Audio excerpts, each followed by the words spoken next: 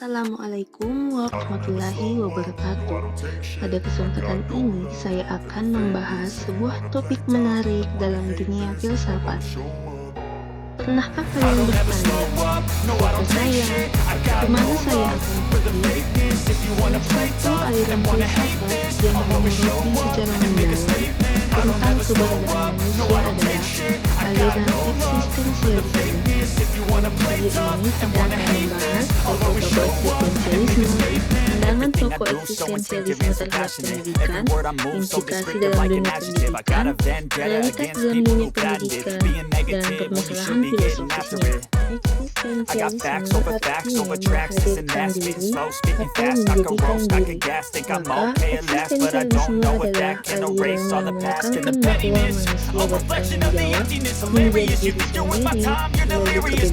kebebasan, pilihan, dan tindakan.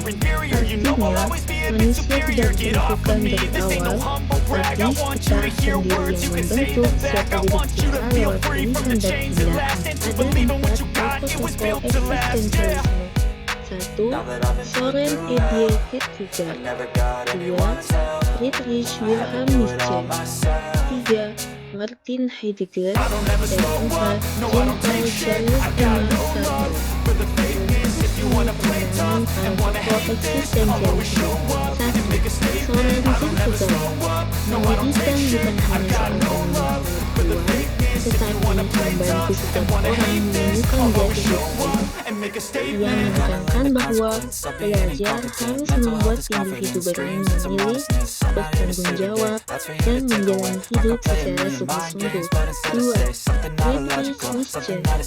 Pendidikan sebagai sarana untuk melahirkan manusia yang kuat, mandiri, dan berani menciptakan makna hidupnya sendiri. Ia menolak pendidikan yang hanya memberikan kebebasan dan membuat individu pasif, karena menurutnya pendidikan harus menumbuhkan kreativitas dan keberanian untuk melampaui lingkungan. Martin Heidegger.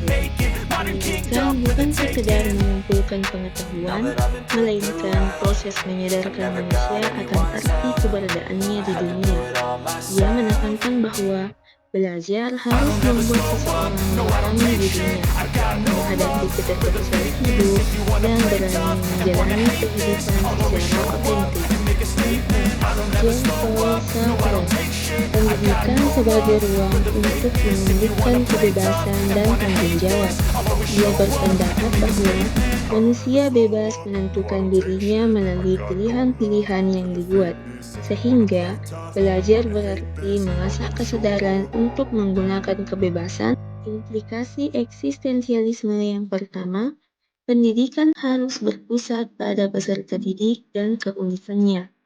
Eksistensialisme menekankan bahwa setiap individu unik dan tidak bisa disamakan dengan orang lain. Dalam pendidikan, guru dituntut untuk memahami perbedaan karakter, minat, dan potensi siswa, lalu memberikan pendekatan pembelajaran yang sesuai. 2. Kurikulum mendorong pembentukan pribadi otentik, bebas, dan bertanggung jawab. Kurikulum bukan hanya sekedar daftar mata pelajaran, tetapi juga harus menjadi sarana untuk membentuk manusia seutuhnya. Melalui pembelajaran, siswa didorong agar mampu hidup secara otentik, bebas menentukan pilihan, dan menyadari tanggung jawab. Yang ketiga, memberikan ruang kebebasan memilih sesuai minat dan bakat. Eksistensialisme menekankan kebebasan individu dalam menentukan jalannya.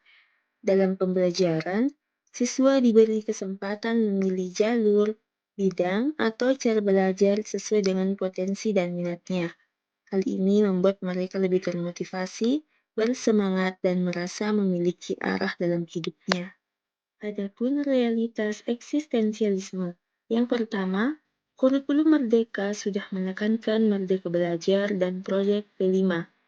Kurikulum merdeka telah memberikan kebebasan belajar sesuai minat, bakat, dan potensi peserta didik.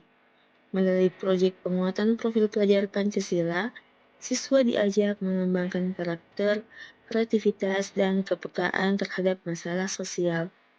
2. Penyeragaman ujian sering menghambat kebebasan belajar. Ujian nasional sudah dihapus, tetapi bentuk penyeragaman seperti tes standar masih banyak digunakan. Hal ini sering membuat guru dan siswa lebih fokus pada pencapaian hasil ujian daripada proses belajar yang mendalam. Hal ini justru membatasi kebebasan dan keunikan individu, karena siswa dipaksa untuk menyesuaikan standar yang sama.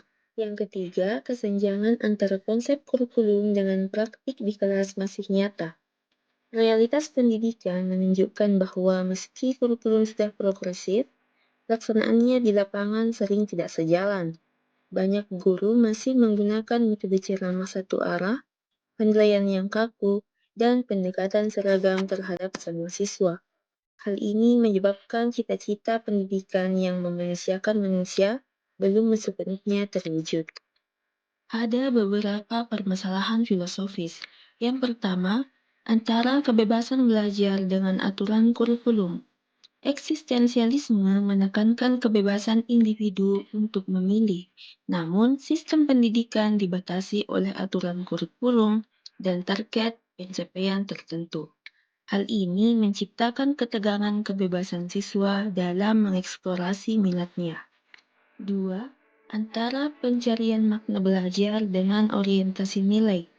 Pendidikan adalah sarana menemukan makna hidup, tetapi dalam praktik belajar sering dipersempit pada pencapaian nilai atau sekedar mendapatkan ijazah, sehingga siswa cenderung belajar untuk memenuhi tuntutan administratif, bukan untuk memperkaya diri dengan menemukan tujuan hidup. 3. Antara kecemasan siswa dengan tuntutan prestasi dan masa depan.